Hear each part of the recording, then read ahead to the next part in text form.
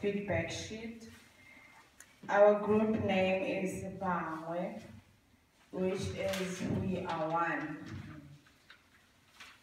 It came up with Kelele, as we were struggling to get a name, but then as she said it, it made sense to us regarding today's attire as well. And our chairperson, Michael Malawa, and the scribe, of course, is me. I'm just going to quickly go through our names, even though we've started in the beginning. Tato is God's will, and my surname is from the village in Beresford named Hamalepe. I work with Cometa, I'm the administrator, currently staying in Edenvale. We have Tembisa Begwa. Tembisa means promise, from the Eastern Cape. She's with 1HR, the director there. She's staying in Midrand. And Gileabezwi Dire, her name is Given to You, from Northwest, currently staying at Beachley. We have Mabusha Zima. Please find out what your name means. He's from Jane First. He's with Cometa at Kukune, a coach there. Currently staying in Jane First, excuse me. And we have Malawa Michael. He's from, also find out your name meanings. He's from Limpopo, Hampashela, currently staying at Bonaero Park. And we have Sam Tima, his name, the one who was requested from God. From Jane First, with Cometa as the chairman there, staying at Croydon. Okay, going through our questions. Question 1. The common South African arts, cultural and musical events. There were quite a lot of them. We have many. But then we mentioned a couple of the 4, the Makufe, which is right around the corner. It's taking place from the 29th of September to the 8th of October, one big, wonderful festival to go to. In that festival, we also agree that it's a mixture of fun and learning as well.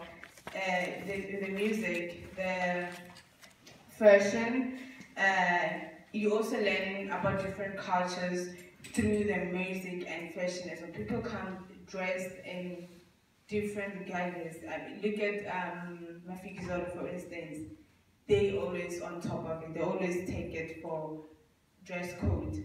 And we also mentioned Cradle of Humankind. For me, when I was in grade 10, I did the life sciences. It was just learning. We had to learn Mrs. Press. So now it makes sense that it's not just the book or the life science learning. It's culture. It's evolution of humankind. I mean, if you all had to go to Maropeng, it's one beautiful place to go to. When we visited there in grade 10, to me, I had to learn Mrs. Press. I had to know where Mrs. Press comes from. I had to. But now looking at it and the memories clicking in, it's a culture as well. It's a culture of its own. And we also mentioned the natural wonders in South Africa. We have many. God's Window. I also went in grade 7. Also, it was just a trip. Back then it was the Eastern Transvaal. It was just a trip for me as well. But also the memories flashing back that I didn't even know that it's one of the natural wonders. I just thought when we see when we're at God's Window, the mist there, you just think it's something that pops from down there, and during the day it'll go away. As we see in the mornings, the mist outside. The Table Mountain, the Echo Caves as well. Those are our natural wonders we mentioned.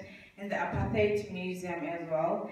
It's also a learning place. We learn about our history. We history can also be a culture, because there are many things. We are diverse. We have Erica here. She's the one white lady amongst us. As Marcus mentioned, the dislike of white people. Can it be from apartheid, or can it be from what we adjusted or what we adapted as growing up, not knowing our culture or not wanting to know more about our culture, but to fit in what is happening around us? And that was our question one. Question two, we tackled, what do we need to promote social cohesion? It has to start at home, teaching our parents teaching us for us to be able to teach our kids. Now the culture is dying. From our generation, it's dying. Imagine my kids when they come. What am I going to teach them? Which culture are they going to belong to? What will they even know? Are they Pedi or Tswana? Those are dying. So you should start at home. We should start with the surrounding. Teach people, teach your neighbor. Let your neighbor know who you are, where you come from, your culture, and so forth. The food you eat, how you eat it. The fork and knife is just now. Your pap, you should eat it with your hands. Enjoy it with your hands. As I always say, the pap is always nice when you eat it with your hands. When I'm eating with fork and knife, I get full so quickly, so I don't need some satisfaction. And wearing our cultural regalia, Larry was saying she once went to work wearing an African toque, and she was told to take it off as she's oppressing her colleagues. But then she is speaking English throughout the day. Isn't she oppressing herself as well, speaking someone else's language? So also at work we should create a culture of knowing each other, knowing your colleagues, learning about each other. When I come to work barefoot, it's not because I don't have shoes or my feet were swollen, but that's how it is. We walk barefoot. And also, make time to see and learn about our country before we can go abroad. What does it help me to go to America and train when I get there, where I do not know our 9 official languages? Doesn't make sense. So we should start. Stima was saying it now. The right, oh my gosh, it's gone. Short left. Yeah, for me, I can start it in Limpopo. There are so many cultural places in Limpopo. I could start it short left there before I can take it to Gauteng, or before I can tour South Africa as a whole. And also be happy with yourself and your culture, your heritage. A happy soul is a complete one. When you are happy with knowing your culture. I always tell Portia that she makes me feel like I'm not a full Pedi when she speaks Pedi. It's ridiculous. So I just wonder where she gets it. But it always makes me feel like I always pause, drop jaws, they know when she speaks Pedi, it's amazing. And also identity. We should start embracing ourselves and loving ourselves within, in and outside. And the third question we tackled was, what do you do when you travel across the country? Sam just spoke about it, but how do they identify you when you travel across the country? Introduce yourself. Mike was saying when he introduced himself, it's not Michael, he's Malama Pila. That's good. I mean,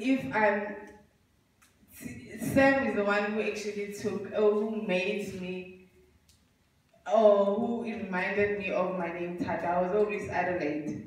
And since I came here, I've never used it. Slowly but surely it's dying. And it's not a bad thing that it's dying. It's good because Tato, which I was given to by my grandparents, the name they use at home, they don't use Adelaide. Adelaide is for my friends or at school. when I introduce myself, during the week they asked me my name, my cultural name. The pause I had, it was ridiculous. So I also then, when you introduce yourself to people, introduce yourself with your African or cultural name. Also share your cultural background wherever you go. I mean, when you get to a place or a professional place, when you introduce yourself, and this time there was that circle before you can go into your PhDs and so forth. Let them know who you are and where you come from before you go to the PhDs. And do not shy away from your culture. Be proud of who you are and where you come from. We always say you need to know where you come from before you know where you're going.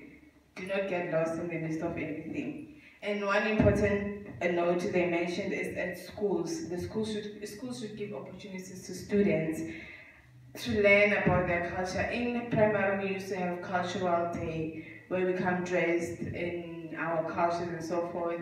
And because government schools, they had feeding schemes, that time they would feed us African meals. So it was also a learning care for us, and also introducing the indigenous games which have died completely. There's no longer Ungusha, there's no longer the Tini, there's no longer, all those games have died. And it might not belong to a certain culture, but it is an African thing. We now play chess. And also our phones have taken over. If it's not chess, it's Candy Crush, all of those. So we're despicable. I went home last weekend and my brother was saying, Ceci, did you download the latest Despicable? And so our indigenous games are slowly but surely dying with our culture. And I think it's up to us to start now, revive it, and start at home, make it happen. When you get home, cook your mkhodu and enjoy it with your hands. It's best that way. Thank you.